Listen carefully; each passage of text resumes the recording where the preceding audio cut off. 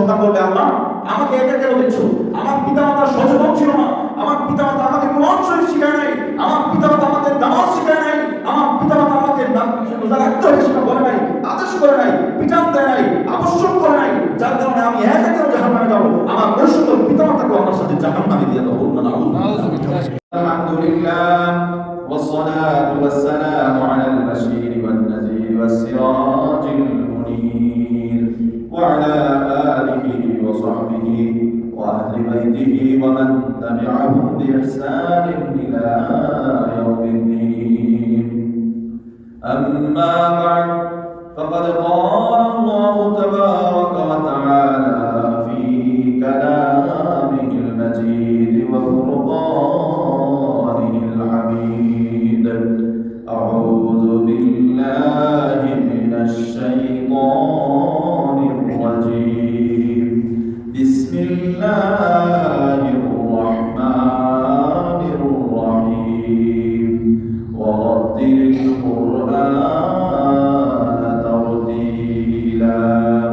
صدق الله العظيم وصدق رسوله النبي الكريم، ونحن على ذلك من الشاهدين والشاكرين، والحمد لله رب العالمين. وقال تعالى في شان حبيبه ومعشوقه ومحبوبه ومطلوبه مخبرا وآمرا: إن الله وملائكته يصلون على النبي يا أيها الذين آمنوا صلوا عليه وسلموا تسليما. اللهم صل على سيدنا مولانا محمد وعلى آل سيدنا مولانا محمد. مشرقي حب محمد، مطلعي ديوان ما، مطلعي خورشید عشق سیلۂ سوجان ما.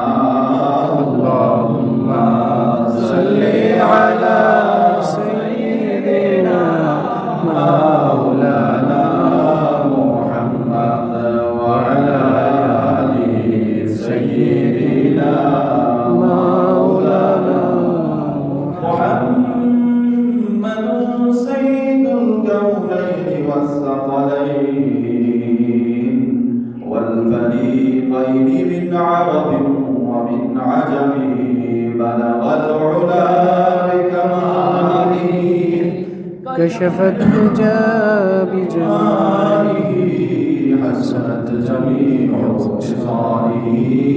صلوا عليه وآله.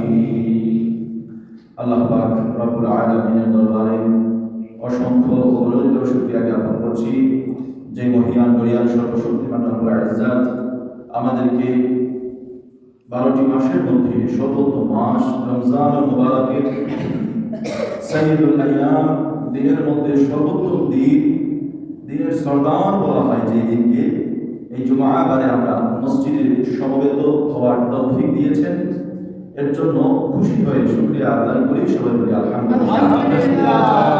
লক্ষ কোটি দরুদ ও সালাম প্রেরণ করছি এই বিশ্বসভার সভাপতি শামসুল হিদায়াত বদরুদ্দোজা শাহের ইসলাত আফতাবের নবুওয়াত নূরুন আলা নূর সাইয়্যিদিনা নবিয়িনা শফিউনা মাওলানা মুহাম্মদ সাল্লাল্লাহু আলাইহি ওয়াসাল্লাম, যিনি আজ থেকে প্রায় 1400 বছর পূর্বে সোনার টুকরা জমিনের মধ্যে আল্লাহ তাআলা শায়িত করে রেখেছেন।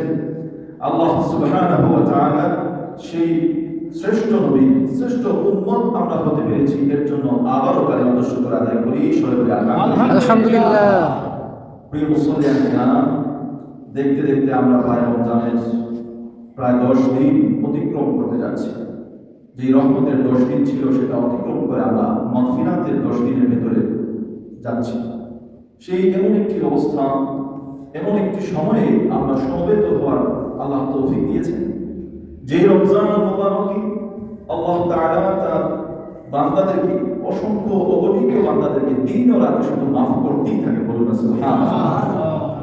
এই রমজান মুবারকের মধ্যে আল্লাহ তাআলা এই মানুষদেরকে তাদের সওয়াব এত বেশি বাড়িয়ে দেন যে একটা আমলের বিনিময়ে আল্লাহ তাআলা 10টি নেকি দান করেন। শুধু তাই নয়, তার ইখলাসের উপর, তার বিশুদ্ধতার উপর ভিত্তি করে আল্লাহ তাআলা তার সওয়াবকে একটা আমলের, একটা নেক আমলের সওয়াব 700 গুণ পর্যন্ত বাড়ায় দেন।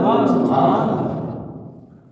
এমন একটি সময় আমরা অতিক্রম করছি যেই সময়টুকু আল্লাহ সুবহানাহু ওয়া তাআলা ফেরেশতারা সকাল থেকে শুরু করে ইফতার পর্যন্ত বান্দার জন্য ইস্তেগফার করতে থাকে। আল্লাহ তাআলা এই রমজান মুবারকের প্রত্যেকটি দোয়া আল্লাহ তাআলা কবুল করে থাকেন। আল্লাহ সুবহানাল্লাহ। শুধু কবুল করে থাকেন না, বরং বান্দার পিছনের সমস্ত গুনাহগুলো মাফ করে দিয়ে তাকে জান্নাতি হিসেবে ঘোষণা করে দেয়। সুবহানাল্লাহ। এই রমজান মুবারক এমন একটি মাস, যে মাসে আল্লাহ তাআলা জাহান্নামের দরজাগুলো বন্ধ করে দেন আর খুলে দেন জান্নাতের সকল দরজা। বান্দা যাতে নেক আমল করে করে বান্দা যাতে বেশি বেশি সওয়াব অর্জন করতে পারে, এর জন্য মহান রব আমাদের যে দুঃখ বাধা না থাকে, ইচ্ছা করলেই যেন নেক আমল করতে পারি, এর জন্য আল্লাহ তাআলা শয়তান এবং খারাপ জিনকে শিকল দ্বারা এই রমজান মুবারকে বন্দী করে রাখে। অতএব আমাদের এখন কাজ হচ্ছে বেশি বেশি নেক আমল করা। যদি নেক আমল করি, আল্লাহ রাসূল সাল্লাল্লাহু আলাইহি ওয়াসাল্লাম বলেন, মান সামা রমাদান ঈমানান ওয়া ইহতিসাবান গুফিরা লাহু মা তাকাদ্দামা মিন যামবি ওয়া মান কামা রমাদান ঈমানান ওয়া ইহতিসাবান গুফিরা লাহু মা তাকাদ্দামা মিন যামবি। বুখারী শরীফে আল্লাহ রাসূল সাল্লাল্লাহু আলাইহি ওয়াসাল্লাম ইরশাদ করছেন, যে ব্যক্তি ঈমান রেখে সওয়াবের আশায় রোজা পালন করে, যে ব্যক্তি সওয়াবের আশায় ঈমান অন্তরের মধ্যে ঈমান ধারণ করে রাত্রিবেলা কামা দাঁড়িয়ে দাঁড়িয়ে নামাজ আদায় করে, অর্থাৎ তারাবির নামাজ আদায় করে, আল্লাহ তাআলা তার জীবনের সমস্ত গুনাহগুলো মাফ করে দেন। সুবহানাল্লাহ। এই রমজান মুবারকের যখন ইফতারকে সামনে রেখে বান্দা আল্লাহর দরবারে দুখানা হাত তুলে দেয়, হাত তোলার সাথে সাথে তার জন্য মনের আশাগুলো আল্লাহর কাছে বলে, সমস্ত আশাগুলো, সমস্ত দোয়াগুলো কবুল করে নেন আল্লাহ। সুবহানাল্লাহ।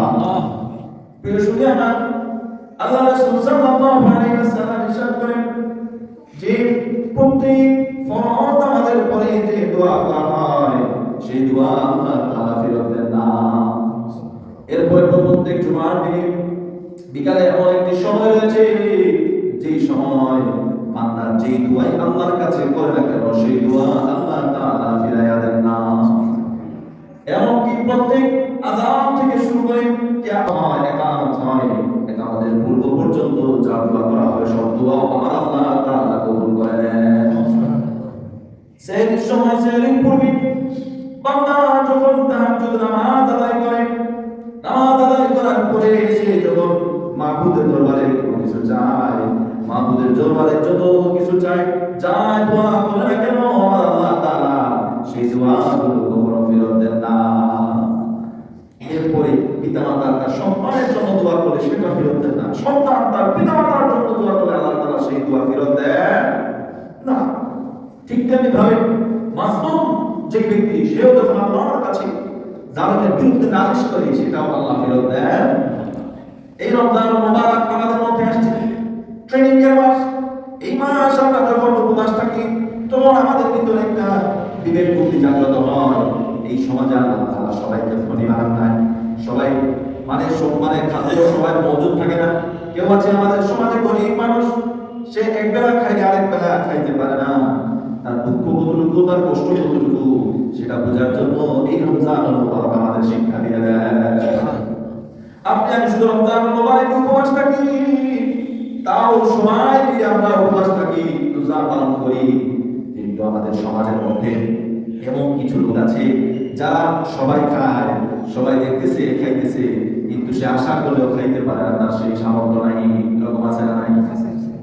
ওই ব্যক্তির যে কত কষ্ট হয়, ওই ব্যক্তি তার পরিবার তার উপর ডিপেন্ডেন্ট, ওই ব্যক্তির পরিবারের প্রত্যেকটা মানুষ তার সাথে উপবাস, খাওয়ার মতো জোগাড় করতে পারে না, সে কতটুকু কষ্ট থাকে সেটা আপনি আমি যাতে বুঝতে পারি, এর জন্য আল্লাহ তাআলা রোজা মাসে সবাইকে উপবাস রমজান মাস মুবারক মাস চলে আসে, মানুষ তখন খারাপ কাজ থেকে বিরত থাকে, খারাপ কাজ করা থেকে বিরত থাকে, একজন আরেকজনের মানুষকে সতর্ক করে দেয়। যখন মানুষ কাজ করে, যখন কাউকে ধমক দেয়, যখন কাউকে নির্যাতন করে, সাথে সাথে পাশের ব্যক্তি আর বসে থাকতে পারে না, ওই ব্যক্তিকে নিষেধ করে। কথা বলো ঠিক কিনা? এই রমজান মুবারকে কোনো অপরাধ করলে যেভাবে আপনি নিষেধ করেন, ঠিক তেমনি ভাবে 11 মাস আপনি এরকম খারাপ কাজগুলো করলে নিষেধ করতে হবে। আল্লাহ সুবহানাহু ওয়া তাআলা কুরআনুল কারীম এবং রাসূল আকরাম সাল্লাল্লাহু আলাইহি ওয়াসাল্লাম হাদিসের মধ্যে বলেছেন, আমিরু বিল মারুফ ওয়ানহাউ আনিল মুনকার। তোমরা সৎ কাজে ভালো কাজের আদেশ দাও, অসৎ কাজে খারাপ কাজে তোমরা বিরত রাখো। মানুষদেরকে তার থেকে বাঁচিয়ে রাখো, মানুষদেরকে যেন সেটা খারাপ কাজ করতে না পারে সেজন্য ব্যবস্থা করো। প্রিয় মুসল্লিয়ান আমার, তাহলে এই রমজান মুবারক আমাদের মধ্যে তাকওয়া নিয়ে আসে।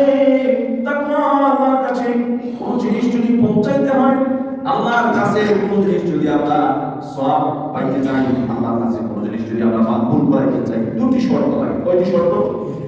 আল্লাহর কাছে মাকবুল করাইতে হলে কয়টি শর্ত লাগে? দুইটি। একটি হচ্ছে বিশুদ্ধতা, আর 2 নাম্বার হচ্ছে শুধুমাত্র সেটা হবে আল্লাহর জন্য, শুধুমাত্র কেবলমাত্র আল্লাহকে সন্তুষ্টির জন্য যদি বিশুদ্ধ কোনো আমল করতে পারে, সেটাই কেবলমাত্র আল্লাহর কাছে পৌঁছায়। এছাড়া লোক দেখানো ইবাদত আল্লাহর কাছে পৌঁছায় না। আপনি কোনো ইবাদত করতেছেন, কিন্তু সেই ইবাদতটি আপনার কি নাই, শুদ্ধ নাই, আল্লাহর কাছে আপনার আদায় হবে, কিন্তু আল্লাহর কাছে পৌঁছাবে। এখন আমরা যদি আমাদের জীবনকে খেয়াল করি, আল্লাহ তাআলা আমাদের কি জগতের মধ্যে প্রেরণ করেছেন, পরে আমাদেরকে জানিয়ে দিয়েছেন তার হাবিবের মাধ্যমে, বুনিয়াল ইসলাম আলা খামসিন, যে ইসলামকে ধরে আছে 5টি স্তম্ভের মাধ্যমে: নামাজ, ঈমান, নামাজ, রোজা, হজ এবং যাকাত।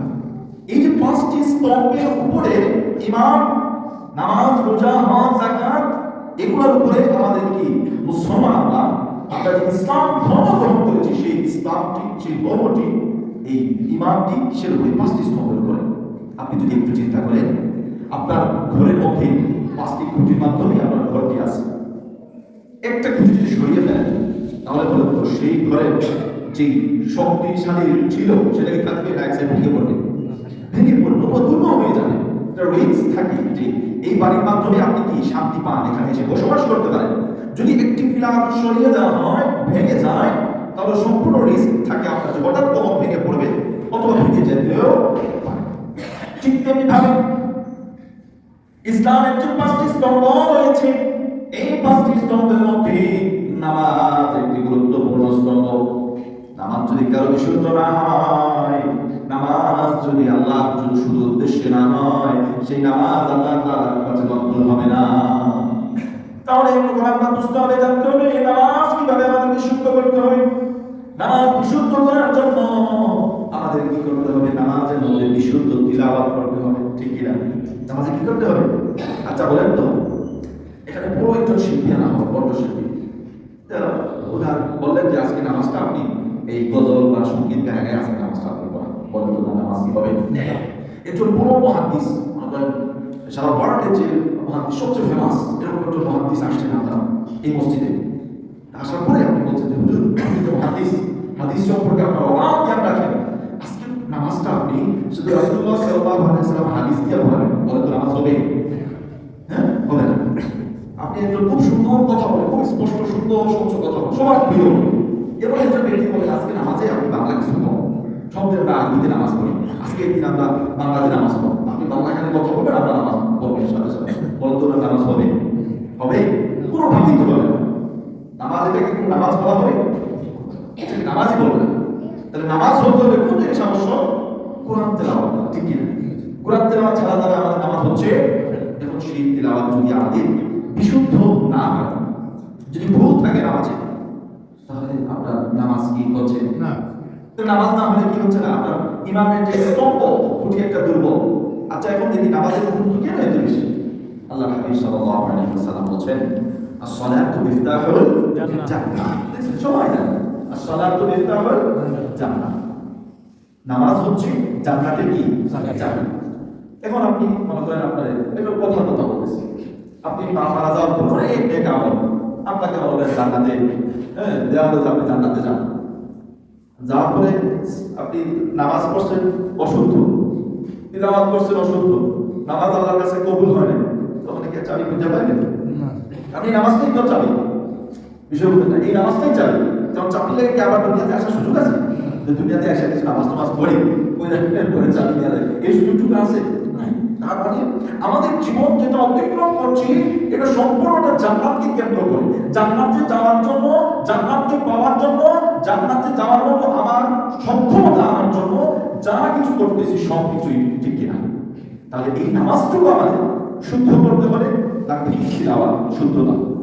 এখন আসলে তিলাওয়াত শুদ্ধতা যদি এখানে বলা হয় যে আপনারা কারা কারা শুদ্ধ তিলাওয়াত করতে পারবেন, বেশি না আমাদের 5টা সূরা, নামাজে যে 5টা সূরা, যে কোনো 5টা সূরা অধিকাংশ মানে সাহস করতে ভয় পাবে যে হুজুর আমি পারবো 5টা সূরা একবার বিশুদ্ধ বলতে।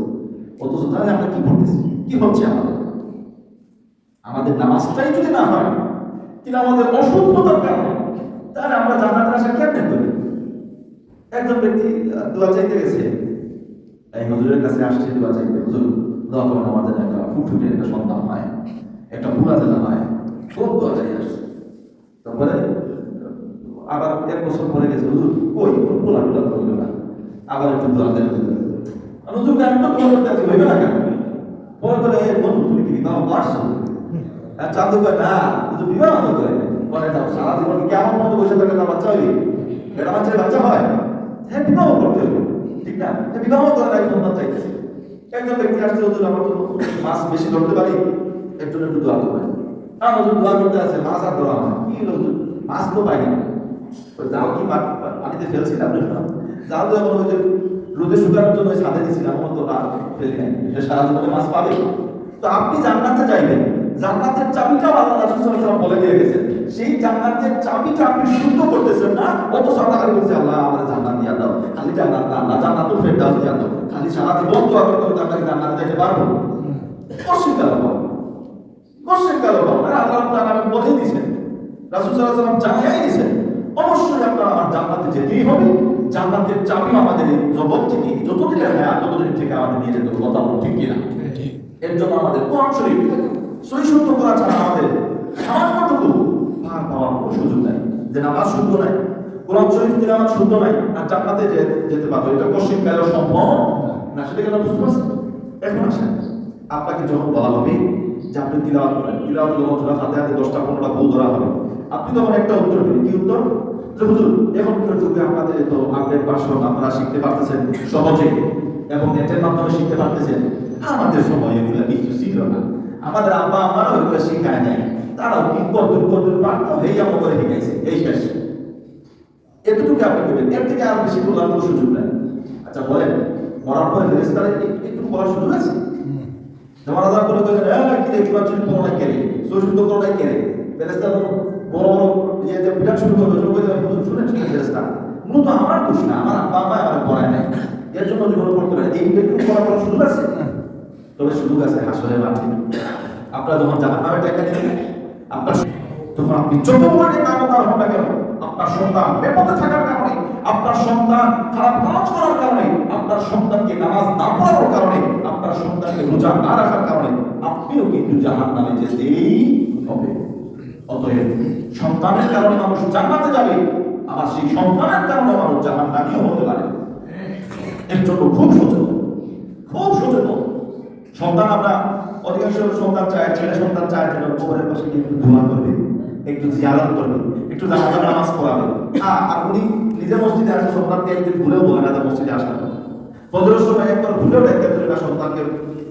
এবারে সন্তানের রমজান আসে খাওয়া খাইতেছে, উনি নিষেধ করে না, ছোট্ট সন্তান 15-20 বছর করে আসে, এখনো ছোট রয়েছে। এরকম পিতামাতা আছে না? এই অধিকাংশ ভালোবাসার কারণে আপনি এমন ভালোবাসা দিচ্ছেন যার কারণে সে তো জাহান্নামে হচ্ছে নিশ্চিত, পাশাপাশি আপনাকেও টেনে জাহান্নামে নিয়ে যাবে।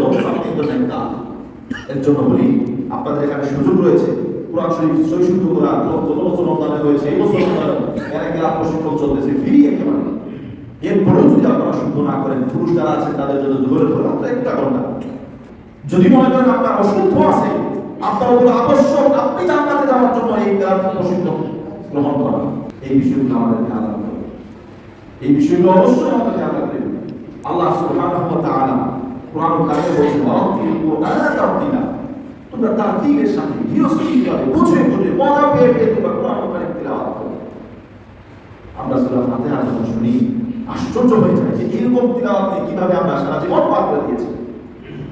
এর জন্য আপনাদের কোনটা অনুরোধ করছি, আপনারা যারা মনে করেন যে কোরআন শরীফে কোনো অশুদ্ধ রয়েছে, মাত্র একটা ঘন্টা জোহরের করে দিলে যদি আপনারা আল্লাহ তাআলা কবুল করে থাকেন, আপনারা যদি শুদ্ধ হয়ে যায়, আপনার আল্লাহর কাছে এই যে মাগফিরাতের সময় যদি বেশি বেশি করে ইস্তেগফার করতে থাকেন। আল্লাহ রাসূল সাল্লাল্লাহু আলাইহি ওয়াসাল্লাম 70 থেকে 100 বার পর্যন্ত ইস্তেগফার করতে বলেছেন। আল্লাহ রাসূল একটা মাসুম ছিলেন, তার কোনো গুনাহ ছিল না, কিন্তু আমরা গুনাহগার, আমরা ইস্তেগফার করতে চাই না। আল্লাহ তাআলা এই মাগফিরাতের সময়টুকু আল্লাহ তাআলা অসংখ্য করে মানুষকে মাফ করে দিবেন। আল্লাহ নবী সাল্লাল্লাহু আলাইহি ওয়াসাল্লাম বলেন যে যারা অশুদ্ধ তিলাওয়াত করে তাদের জন্য কি কি সমস্যা আছে। এক নাম্বার তাদের নামাজ হবে না।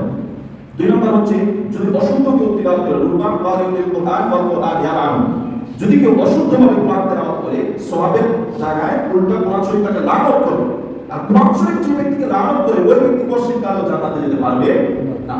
আরো ভয়ঙ্কর কথা যেটা আল্লাহ রাব্বুল আলামিন সূরাতুল ফুরকানের মধ্যে বলে দিয়েছেন যে রাসূল আকরাম সাল্লাল্লাহু আলাইহি ওয়াসাল্লাম হাশরের মাঠে কিছু ব্যক্তিদের বিপক্ষে অবস্থান নেবেন। বলেন তো কি বলছি? হাশরের মাঠে কিছু ব্যক্তিদের বিপক্ষে অবস্থান করবে যারা কোরআন কারীম সহিহ শুদ্ধভাবে পড়ার চেষ্টা করে না, পড়ে না। এদের বিপক্ষে আল্লাহ রাসূল সাল্লাল্লাহু আলাইহি ওয়াসাল্লাম যদি হাশরের মাঠে দাঁড়ায়, বলেন সে কি জান্নাতে যাওয়ার আর কোনো সিস্টেম আছে? কোনো সিস্টেম নেই। অতএব অবশ্যই আমাদের কোরআন শরীফ সহিহ শুদ্ধ করতেই হবে। এটা ঐচ্ছিক বিষয় না যে আমার মনে চাই আমি শুদ্ধ করবো, মনে আছে না, জি না, এই সুযোগ আপনার নাই। কারণ আপনি মুসলমান, যদি বিলম্ব নিতেন আপনার উপরে এত গুরুত্ব দেওয়া হতো না। ইকরাউল কুরআন ফাইন্নাহু ইয়াতি ইয়াওমাল কিয়ামাতি শাফিআন লিআসহাবিহি, তোমরা বেশি বেশি কোরআন তেলাওয়াত করো। কেন? কোরআন যদি সহিহ শুদ্ধভাবে তিলাওয়াত করো, হাশরের মাঠে কিয়ামতের ময়দানে কোরআন সুপারিশ করে তোমাদের জান্নাতে নিয়ে যাবে। বলুন সুবহানাল্লাহ। এরপরে হচ্ছে সিয়াম এবং কোরআন, এই দুইটা জিনিস আমাদেরকে সুপারিশ করে জান্নাতে নিতে পারে। অতএব আল্লাহ সুবহানাহু ওয়া তাআলা আমাদেরকে মাগফিরাতের এই সময়টুকু বেশি বেশি নামাজ পড়া, বেশি বেশি কোরআন তেলাওয়াতের মাধ্যমে, ইস্তেগফার বেশি বেশি করার মাধ্যমে আল্লাহর কাছে নৈকট্য হাসিল করে নিজের জীবনের গুনাহ মাফ করে জান্নাতি হতে পারে। আল্লাহ তাআলা কবুল করুন।